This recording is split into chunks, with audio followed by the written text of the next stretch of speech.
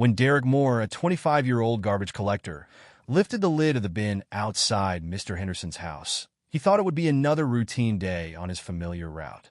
But what he found inside made his heart skip a beat.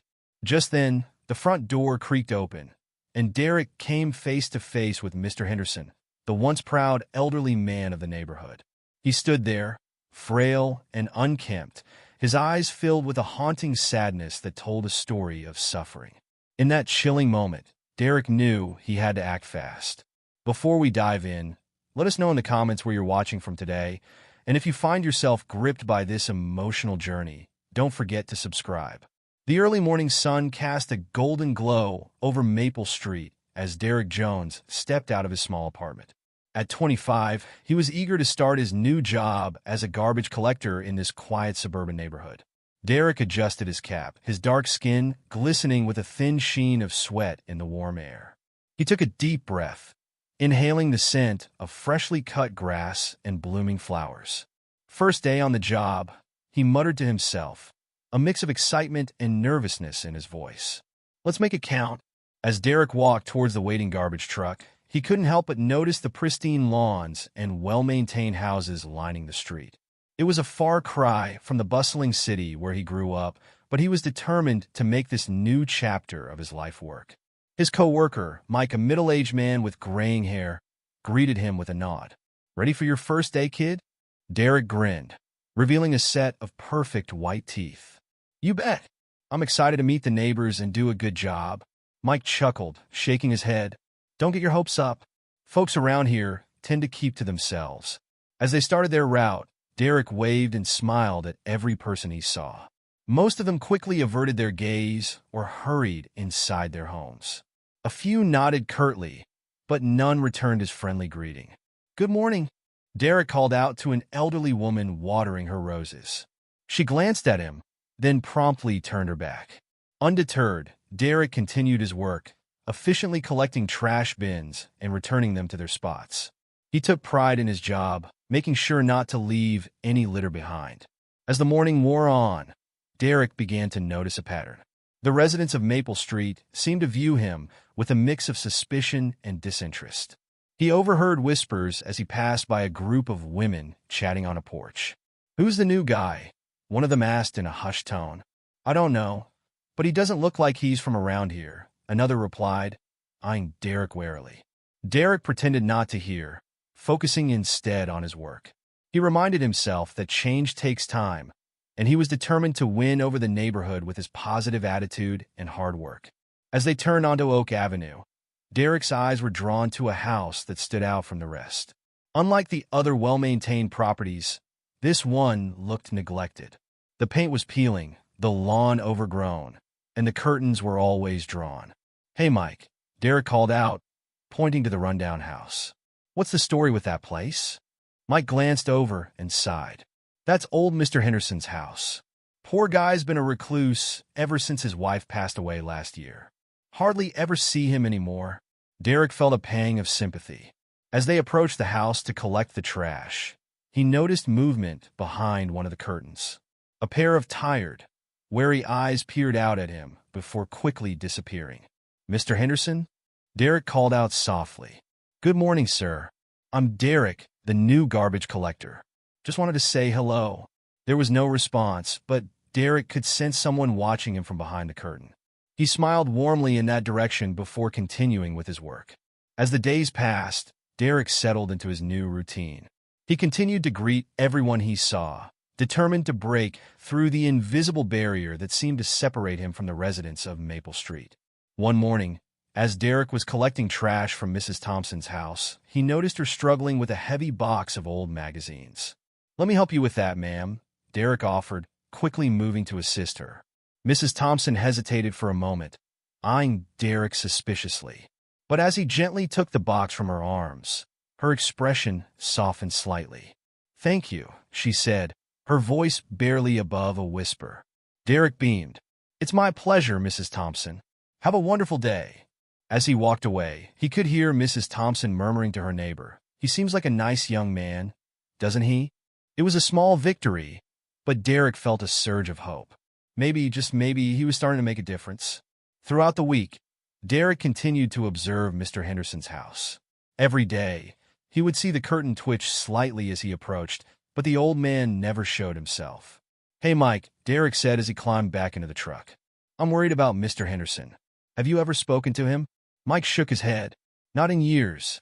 He used to be a friendly guy, always chatting with the neighbors. But after his wife died, it's like he just gave up on life." Derek frowned, his mind racing with concern for the old man. "Isn't there someone who checks on him? Family or friends?" "Not that I know of," Mike replied. "Folks around here, they like to mind their own business, you know?" As they continued their route, Derek couldn't stop thinking about Mr. Henderson. He made a silent promise to himself to keep a closer eye on the old man's house. The next day, Derek arrived at work early. He had brought a small potted plant, a cheerful marigold he had grown on his apartment windowsill. Before starting his route, he walked over to Mr. Henderson's house and gently placed the plant on the front porch. "Good morning, Mr. Henderson," Derek called out softly. "I brought you a little something to brighten up your day. I hope you like flowers." There was no response, but Derek thought he saw the curtain move slightly. He smiled and waved before heading back to the truck. As the weeks passed, Derek continued his efforts to connect with the residents of Maple Street. Slowly but surely, he began to see small changes. Mrs. Thompson now greeted him with a smile when he collected her trash. Mr. Johnson, a gruff retired police officer, had started to nod at Derek as he passed by. But Mr. Henderson remained a mystery.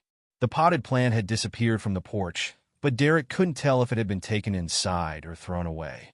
He continued to greet the old man every morning, even though he never received a response. One particularly hot afternoon, Derek was struggling with a heavy trash bin when he felt a tap on his shoulder. He turned to find a young girl, about 10 years old, holding out a glass of lemonade. "My mom said you might be thirsty," she said shyly. Derek's face lit up with a grateful smile. "That's so kind of you. Thank you very much. What's your name?" "I'm Lily," the girl replied, her initial shyness fading. "You're always so nice to everyone, even when they're not nice back." Derek chuckled, touched by the girl's observation. "Well, Lily, I believe that kindness is always the right choice, even when it's hard." As Lily skipped away, Derek noticed Mr. Henderson watching from his window. For a brief moment, their eyes met, and Derek thought he saw a flicker of something. Longing? Regret? In the old man's gaze before the curtain fell back into place. As the weeks rolled by, Derek settled into his routine on Maple Street. The crisp autumn air carried the scent of fallen leaves, and the neighborhood buzzed with the usual morning activities. However, Derek couldn't shake the feeling that something was off about Mr. Henderson's house. One brisk Tuesday morning, Derek approached the old man's residence, ready to collect the trash as usual. But as he neared the bin, he noticed it was overflowing, a stark contrast to its typically meager contents. "What in the world?" Derek muttered, furrowing his brow. He peered into the bin, his curiosity piqued. Among the usual household waste, he spotted several discarded items that seemed out of place. Old, leather-bound books with cracked spines lay haphazardly atop a pile of crumpled papers. Empty pill bottles rattled as he moved the bin, their labels torn off as if someone had tried to hide their contents. What caught Derek's eye most was a collection of broken household items, a shattered picture frame, fragments of a ceramic vase, and pieces of what looked like an antique clock. It was as if Mr. Henderson had gone on a sudden cleaning spree, purging his house of memories and possessions. Derek glanced up at the house, wondering what could have prompted such a drastic clear-out. The curtains remained drawn, but he could have sworn he saw a flicker of movement behind them. "Mr. Henderson?" he called out softly. "Is everything all right?" No response came, but the silence felt heavier than usual. As Derek emptied the bin into the truck, he couldn't help but wonder about the story behind each discarded item. Why would someone throw away so many books? And those pill bottles? Was Mr. Henderson sick? The questions nagged at him as he continued his route, his mind continuously drifting back to the old man's house. Over the next few days, Derek kept a closer eye on Mr. Henderson's property. His vigilance was rewarded, or perhaps unsettled, by a series of odd encounters that left him increasingly concerned. On Thursday morning, as Derek was collecting trash from the house next door, he heard a voice coming from Mr. Henderson's porch. Curious, he glanced over, expecting to see the old man talking to a visitor or perhaps on the phone. To his surprise, Mr. Henderson was alone, pacing back and forth on his porch, engaged in what seemed to be an animated conversation with thin air. No, that's not right, Mr. Henderson muttered, his voice carrying on the quiet morning air. We can't do that. It's not safe. They'll find out. Derek froze, unsure of what to do. Should he intervene? Call someone? As he debated his next move, Mr. Henderson suddenly stopped, his head snapping up as if he'd just noticed Derek's presence. Their eyes met for a brief moment. Mr. Henderson's were wide with what looked like a mix of fear and confusion. Before Derek could say anything, the old man hurried inside, slamming the door behind him. The incident left Derek shaken. He'd known Mr. Henderson was reclusive, but this was different. There was something in the old man's eyes that spoke of a deeper trouble, a distress that went beyond mere loneliness. As the week progressed, Derek witnessed more unsettling behavior. On Friday afternoon, he saw Mr. Henderson in his overgrown backyard, muttering to himself as he dug small holes with a rusty trowel. Got to hide it, the old man whispered urgently, seemingly unaware of Derek's presence. Can't let them find it. No, not safe. Derek watched, his concern growing, as Mr. Henderson placed something small in each hole before covering it up. From his vantage point, Derek couldn't make out what the objects were, but the secretive nature of the act sent a chill down his spine. On Saturday morning, Derek arrived earlier than usual, hoping to catch a glimpse of Mr. Henderson and perhaps find an opportunity to talk to him. As he turned onto Maple Street, he saw the old man standing at his mailbox, still in his bathrobe despite the chilly air. Mr. Henderson was rifling through his mail, muttering under his breath. As Derek approached, he could hear snippets of the one-sided conversation. Bills, always bills, Mr. Henderson grumbled. How am I supposed to pay? They don't understand. No, they can't know. Have to keep it hidden? Just as Derek was about to call out a greeting, Mr. Henderson looked up. For a split second, their eyes met, and Derek saw a flash of recognition in the old man's gaze. But it quickly faded, replaced by a look of confusion and then fear. Before Derek could say a word, Mr. Henderson clutched his mail to his chest and hurried back inside, his movements jerky and panicked. These odd encounters left Derek increasingly worried. He couldn't shake the feeling that Mr. Henderson was struggling with something serious, something that went beyond the normal challenges of aging and loneliness. As Derek went about his work, he began to notice whispered conversations among the neighbors. At first, he tried not to eavesdrop, but his concern for Mr. Henderson made him prick up his ears whenever he heard the old man's name mentioned. One morning, as he was collecting trash from Mrs. Thompson's house, he overheard her talking to her next-door neighbor, Mrs. Davis, over the fence. Have you seen old Mr. Henderson lately? Mrs. Thompson asked, her voice hushed but carrying in the quiet morning air. Mrs. Davis shook her head. Not for weeks. But I heard some strange noises coming from his house last night. Sounded like he was arguing with someone. Arguing? Mrs. Thompson's eyebrows shot up. But he lives alone, doesn't he? Ever since his wife passed away last year, yes, Mrs. Davis finished. Poor man hasn't been the same since. I'm worried he might be losing his mind, talking to ghosts or something. Derek pretended to be focused on his work, but his ears were burning as he listened to the women's conversation. You don't think? Mrs. Thompson lowered her voice even further, forcing Derek to strain to hear. You don't think there might be something darker going on, do you? I mean, all those strange noises, the way he's been acting. Mrs. Davis clicked her tongue. I don't like to spread rumors, but I have wondered. That house holds secrets, mark my words. The women's conversation shifted to other topics, but Derek's mind was reeling. He'd known Mr. Henderson's wife had passed away, but he hadn't realized it was so recent. Could grief be the explanation for the old man's strange behavior? But then he remembered the odd items in the trash, the secretive digging in the backyard, the muttered conversations with unseen listeners. A cold feeling settled in the pit of his stomach. What if there was something more sinister at play? As the days went by, Derek found himself paying even closer attention to the neighborhood gossip. It seemed everyone had a theory about Mr. Henderson, each one more outlandish than the last. At the local coffee shop where Derek stopped for his morning brew, he overheard two middle-aged men discussing the old man over their lattes. "I'm telling you, Joe, something's not right in that house," one man said, leaning in conspiratorially. "My wife swears she saw lights flickering in the windows at 3 a.m. last week. And not normal lights. She said they were blue, almost electric." Joe shook his head skeptically. "Come on, Tom. Blue lights? Sounds like your wife's been watching too many sci-fi movies." "Laugh all you want," Tom retorted. "But how do you explain the noises? Half the streets complained about strange sounds coming from that place at all hours. Banging, scraping. Some even say they've heard screams." Derek's hand froze halfway to his mouth, his coffee momentarily forgotten. Screams? Surely that was an exaggeration. He'd heard some odd noises from Mr. Henderson's house, sure, but nothing that could be described as screaming. Joe seemed to share Derek's skepticism. "Now you're just spinning tales, Tom. Next, you'll be telling me old Henderson's got a dungeon in his basement." Tom's eyes widened. "Funny you should mention that. You know, I've always wondered about that cellar of his. No one's been down there in years, not since his wife was alive. Who knows what he might be hiding?" Derek had heard enough. He grabbed his coffee and hurried out of the shop, his mind whirling with the implications of what he'd overheard.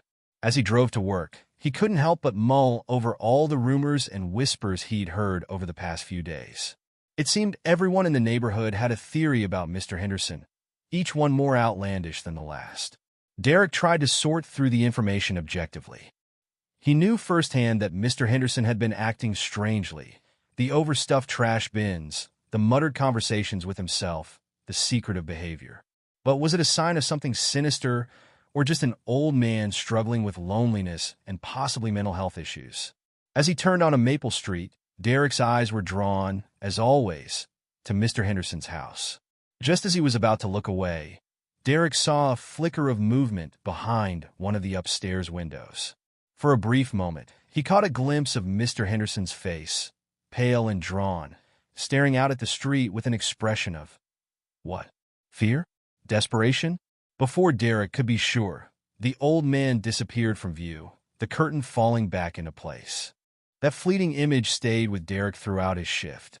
There had been something in Mr. Henderson's eyes, a silent plea that nagged at Derek's conscience. Despite all the wild rumors and speculation, one thing was clear. Mr. Henderson was a man in trouble, whether from external threats or his own inner demons. As Derek finished his route and headed home that evening, he made a decision. He couldn't just stand by and watch anymore. Whatever was going on with Mr. Henderson, Derek was determined to get to the bottom of it. The old man needed help, and if no one else was willing to step up, then Derek would have to be the one to do it. The next morning dawned crisp and clear, a perfect autumn day on Maple Street. Derek arrived at work earlier than usual, his mind set on his self-appointed mission. As he drove down the familiar street, his eyes were drawn, as always, to Mr. Henderson's house. In the pale morning light, the old house looked even more forlorn than usual. The overgrown lawn was dusted with frost, and the peeling paint seemed to glow an eerie white in the early sun. Derek felt a pang of sympathy for the old man living alone in such a neglected home. As he parked his truck, Derek reached into his pocket and pulled out a folded piece of paper. He'd spent the previous evening carefully composing a note to Mr. Henderson, offering his help and support. Now, as he approached the old man's mailbox, he felt a mix of nervousness and determination. Derek glanced around, making sure none of the neighbors were watching, then quickly slipped the note into the mailbox. He didn't want to risk knocking on the door and potentially scaring Mr. Henderson. This way, the old man could read the note in private. "I hope this works," Derek muttered to himself as he walked back to his truck. The note was simple but heartfelt. "Dear Mr. Henderson, I'm Derek, your garbage collector. I've noticed you might be going through a tough time, and I wanted to let you know that I'm here if you need any help. Whether it's carrying groceries, fixing something around the house, or just having someone to talk to, please don't hesitate to ask. You can leave a note in your mailbox, or just wave me down when you see me. You're not alone. Sincerely, Derek." As he went about his route, Derek found himself constantly glancing back at Mr. Henderson's house, half expecting to see the old man emerge with the note in hand. But the house remained silent and still, its curtains drawn tight against the world. The next day, Derek approached Mr. Henderson's house with a mixture of hope and apprehension. Had the old man read his note? Would there be a response waiting in the mailbox? As he neared the trash bin, Derek's heart sank. There, among the usual garbage, was a crumpled piece of paper that looked suspiciously familiar. With a sinking feeling, he fished it out and unfolded it. Sure enough, it was his note, crushed and discarded without a response. For a moment, Derek felt a wave of disappointment wash over him. Had he overstepped? Made Mr. Henderson uncomfortable? He was about to toss the note back into the bin when something caught his eye. In the corner of the paper, barely visible, was a smudge that looked like a teardrop. Derek stared at the smudge, his mind racing. Maybe his gesture hadn't been entirely unwelcome after all. Maybe Mr. Henderson was just too proud or too scared to accept help openly. Instead of feeling discouraged, Derek felt his resolve strengthen. He carefully folded the note and put it in his pocket. This wasn't a rejection, he decided. It was a challenge. Over the next few days, Derek kept a close eye on Mr. Henderson's house, looking for any opportunity to make contact. But the old man remained elusive, never emerging when Derek was around. Then, one chilly morning about a week after leaving the note, Derek turned on a Maple Street and saw something that made him slam on the brakes. There, sitting on the front steps of his house, was Mr. Henderson. The old man looked small and frail in the morning light, hunched over with his arms wrapped around himself as if for warmth. Even from a distance, Derek could see the lost, broken expression on his face. Derek's heart raced. This was his chance. He parked the truck and slowly approached, not wanting to startle Mr. Henderson. "Good morning, Mr. Henderson," Derek called out softly when he was a few yards away. The old man's head snapped up, his rheumy eyes focusing on Derek with a mix of confusion and wariness. For a moment, Derek thought he might bolt back into the house. But then, to his surprise, Mr. Henderson gave a small, almost imperceptible nod. Encouraged, Derek took a few steps closer, keeping his movements slow and non-threatening. "It's a beautiful morning, isn't it?" he said, gesturing at the clear sky. Mr. Henderson didn't respond verbally, but his eyes remained fixed on Derek. There was something in that gaze, a flicker of something beyond the usual fear and suspicion. Was it recognition? A silent cry for help? Derek was about to say more when Mr. Henderson suddenly stood up, his movements stiff and pained. Without a word, he turned and shuffled back into his house, closing the door firmly behind him. Derek stood there for a moment, processing what had just happened. It wasn't much, just a nod and a look, but it felt like a breakthrough. For the first time, Mr. Henderson had acknowledged his presence without immediately retreating. As Derek went about his route that day, he couldn't stop thinking about the encounter. The image of Mr. Henderson sitting alone on those steps, looking so lost and broken, haunted him. He knew he had to do more. Over the next few days, Derek made a point of trying to engage Mr. Henderson whenever he saw him. It wasn't easy. The old man seemed to have a sixth sense for when Derek was around and usually managed to disappear inside before Derek could approach. But Derek was persistent. He'd wave and call out a greeting whenever he caught a glimpse of Mr. Henderson. Sometimes, he'd even try to strike up a conversation, talking about the weather or commenting on the beautiful maple trees that gave the street its name. Most of the time, Mr. Henderson would respond with nothing more than a curt nod or a mumbled word before retreating.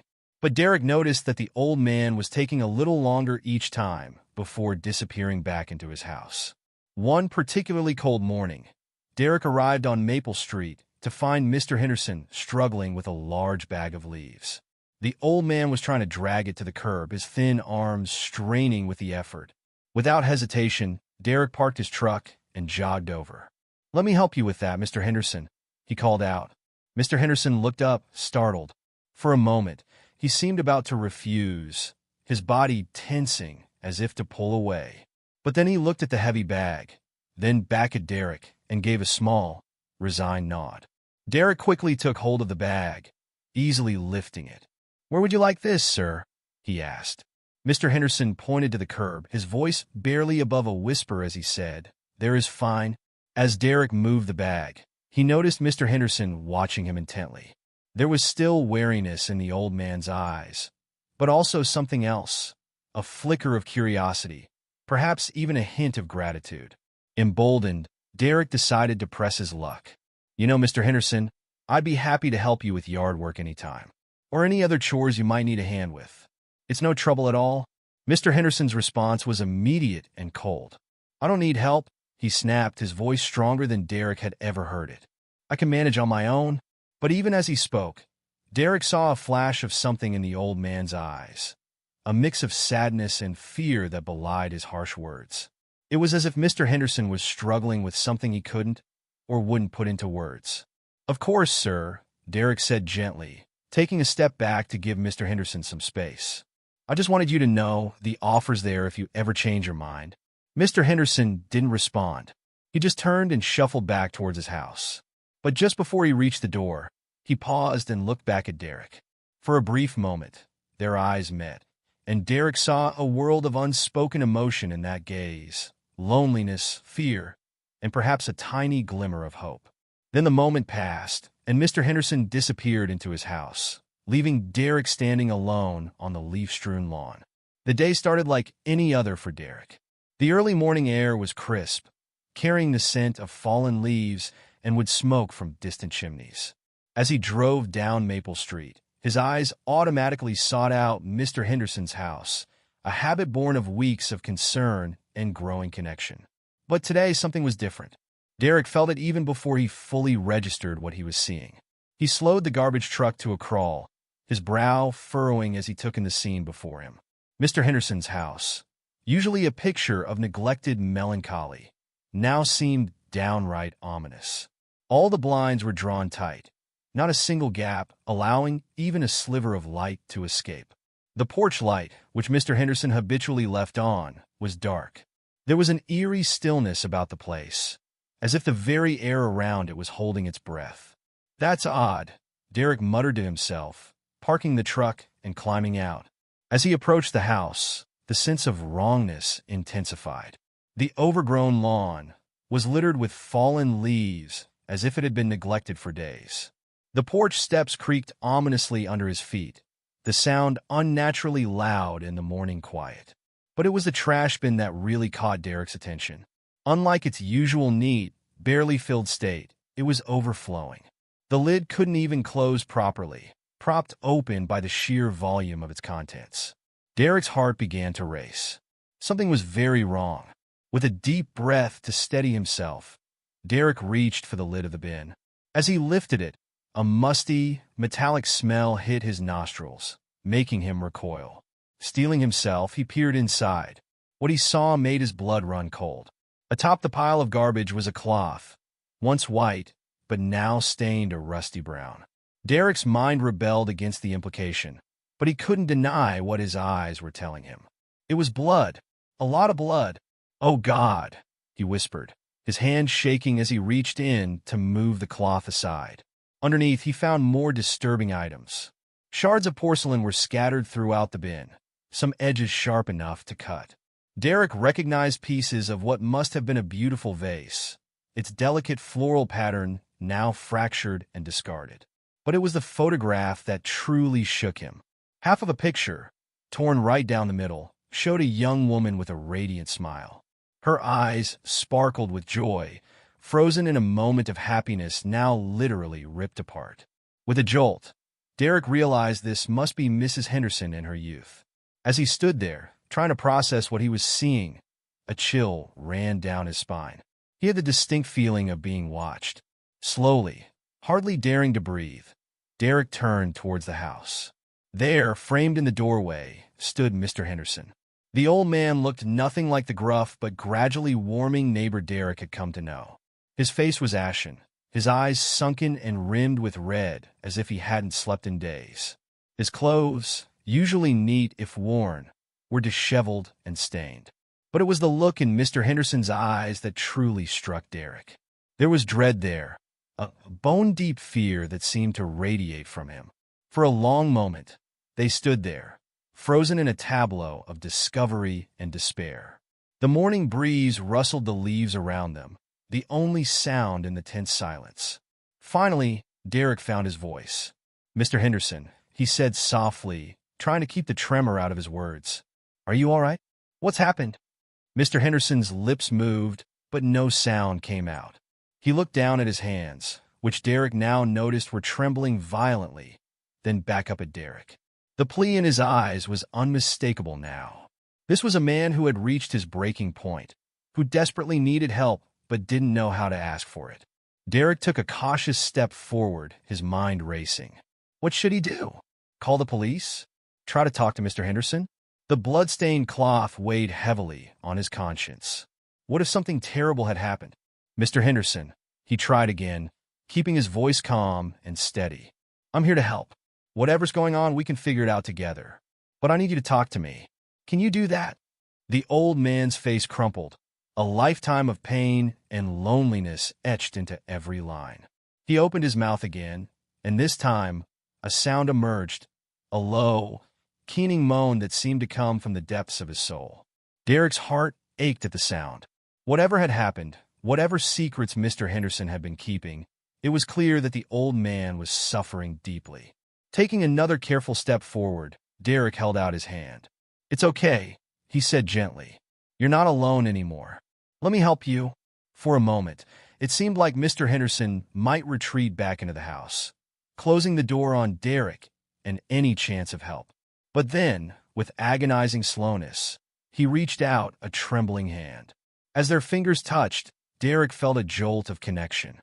In that moment, he knew that whatever came next, he was committed. He would see this through, would help Mr. Henderson face whatever demons were haunting him. "That's it," Derek encouraged, carefully closing his hand around Mr. Henderson's. "Let's go inside and talk, okay? Everything's going to be all right." Mr. Henderson nodded jerkily, then turned and shuffled back into the house. Derek followed, his heart pounding. As he crossed the threshold, the musty smell of neglect and despair washed over him. The interior of the house was dim, the drawn curtains blocking out most of the morning light. As his eyes adjusted, Derek took in the scene around him. The living room was a mess, papers and books strewn about, furniture askew as if someone had been searching frantically for something. Mr. Henderson led him to a worn armchair, sinking into it with a heavy sigh. Derek perched on the edge of the sofa across from him, leaning forward with his elbows on his knees. "Mr. Henderson," he began gently, "I'm worried about you. Can you tell me what's been going on?" The old man's eyes darted around the room, never settling on Derek for more than a moment. His hands twisted in his lap, fingers working nervously against each other. I didn't mean for it to happen," Mr. Henderson whispered, his voice barely audible. "It was an accident. I swear it was an accident." A chill ran down Derek's spine. "What was an accident, Mr. Henderson?" he asked, trying to keep his voice steady. Mr. Henderson's eyes filled with tears.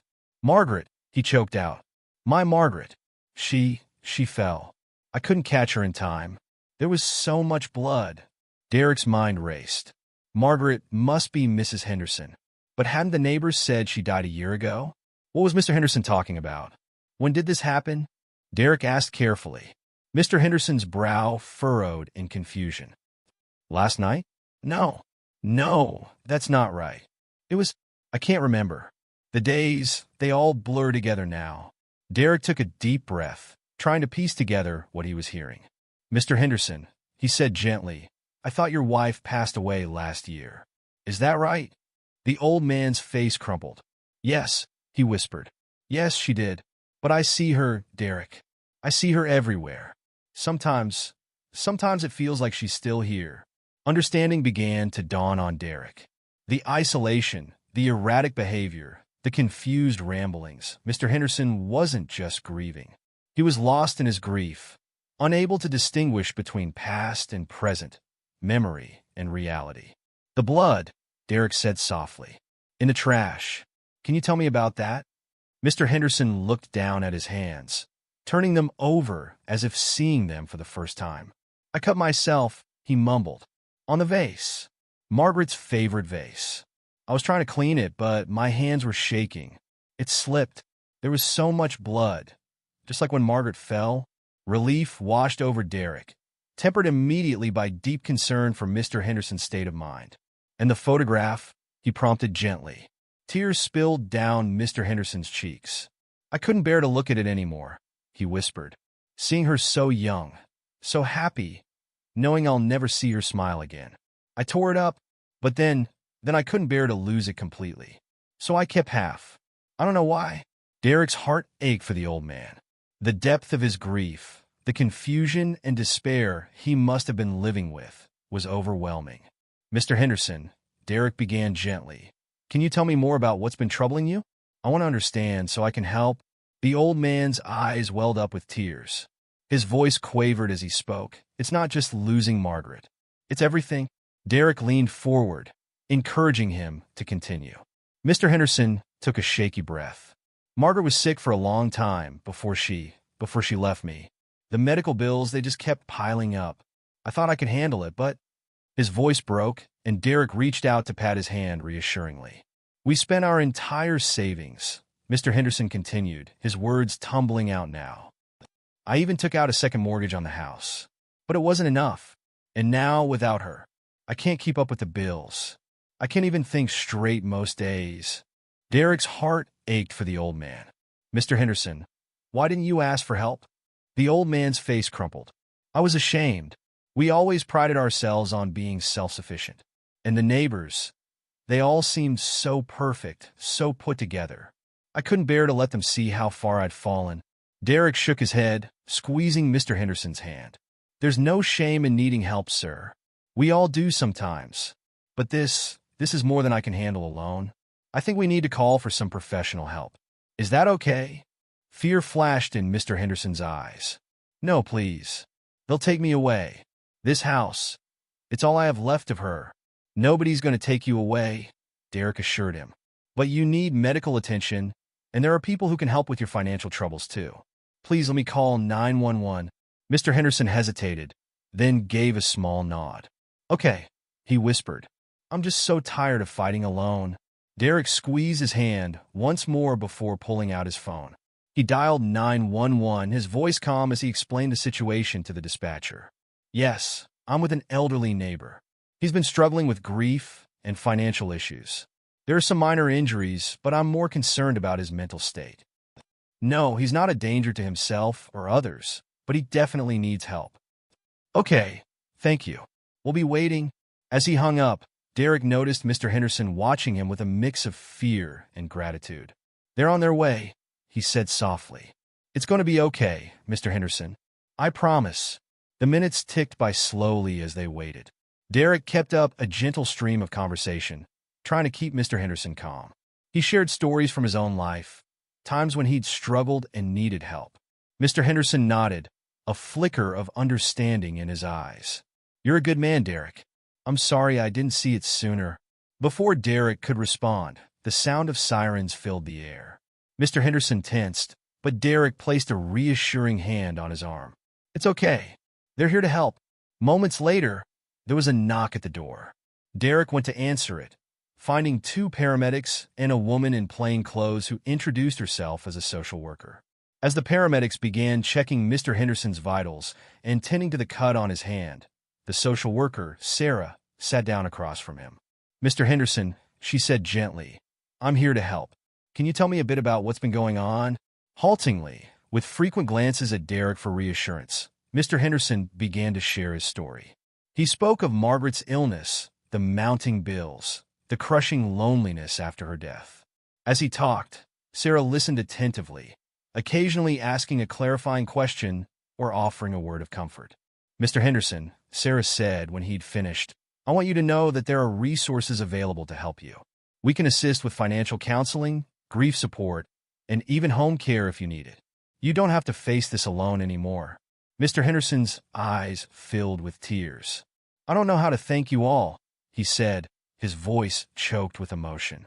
You don't have to thank us, Derek said warmly. This is what community is all about. We look out for each other.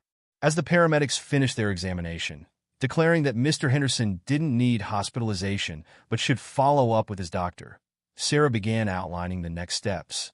I'm going to set up some appointments for you, she explained. Financial counseling, grief support, and a checkup with your doctor. Is that okay? Mr. Henderson nodded, looking overwhelmed but grateful. And Derek, Sarah continued, would you be willing to help Mr. Henderson get to these appointments? Having a familiar face can make a big difference. Of course, Derek said without hesitation. I'd be happy to. As the emergency responders prepared to leave, promising to follow up soon, Derek noticed a commotion outside. He went to the window and was surprised to see several neighbors gathered on the sidewalk, their faces etched with concern. Mr. Henderson, he said, I think some of the neighbors are worried about you. Would it be okay if I went out and let them know you're all right? The old man looked surprised, then nodded. I guess so. I didn't think anyone would notice or care. Derek stepped outside, immediately surrounded by anxious faces.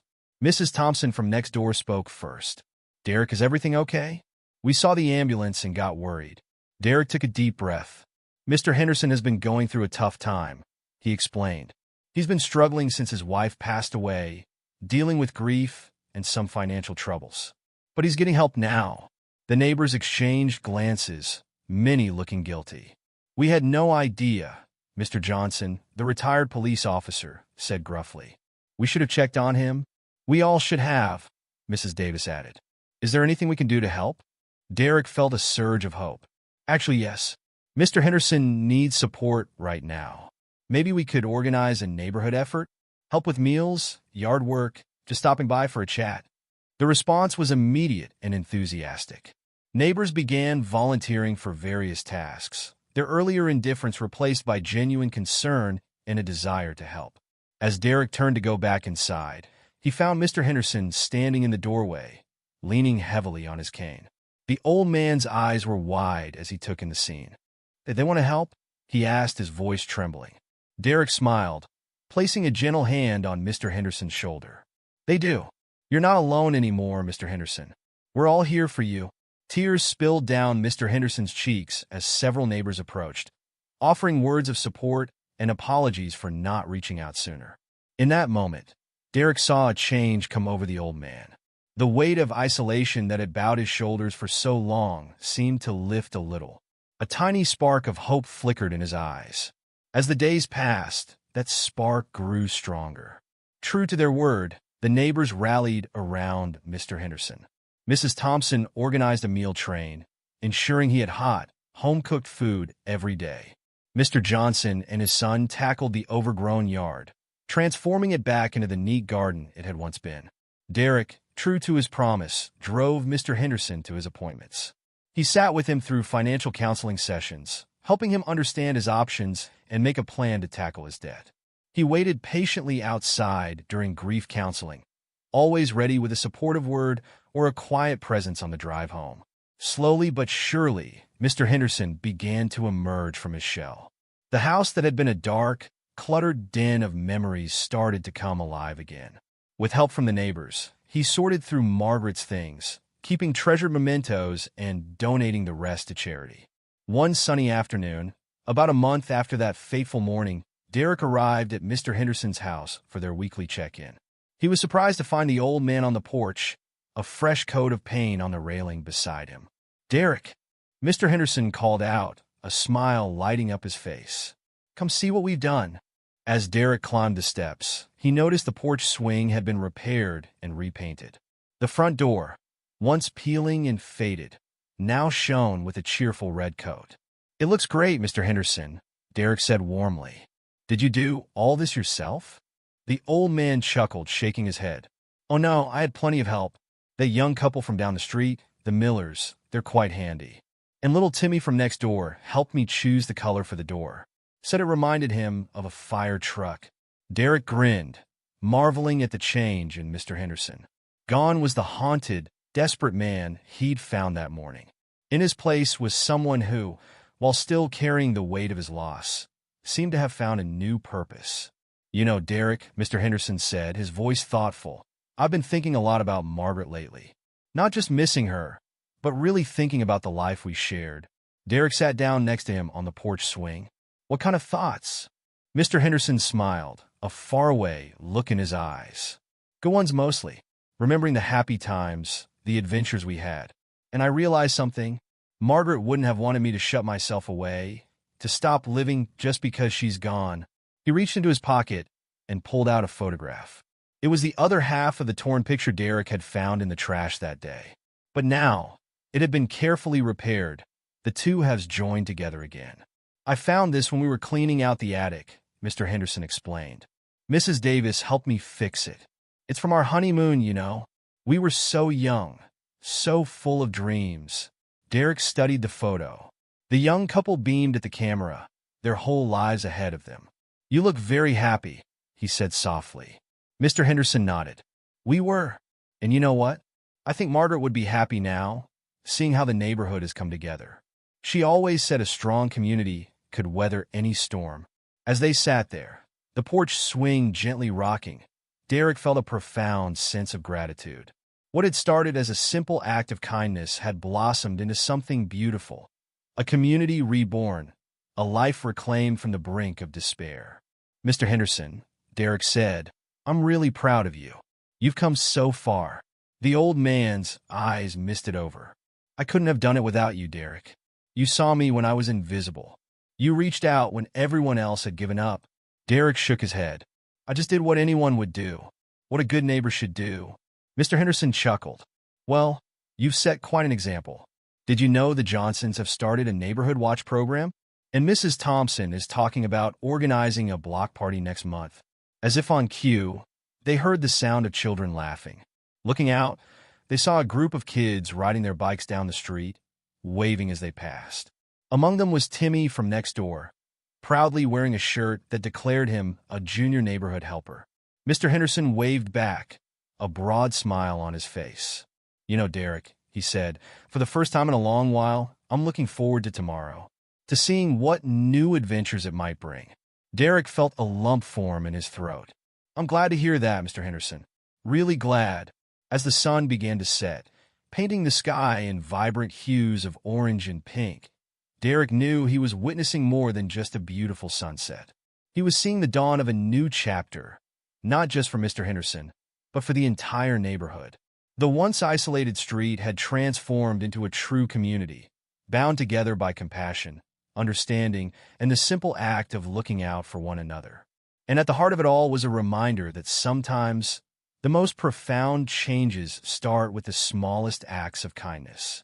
As Derek stood to leave, Mr. Henderson caught his hand. Thank you, he said simply, his eyes shining with gratitude. Derek squeezed his hand gently. That's what neighbors are for, Mr. Henderson. That's what neighbors are for. Walking back to his truck, Derek couldn't help but smile. The street that had once seemed so cold and unwelcoming now buzzed with warmth and life. Porch lights flickered on, casting a warm glow over the sidewalks. Neighbors called out greetings to each other, their voices filled with genuine warmth. As he climbed into his truck, Derek took one last look at Mr. Henderson's house. The old man was still on the porch, waving goodbye. But he wasn't alone anymore.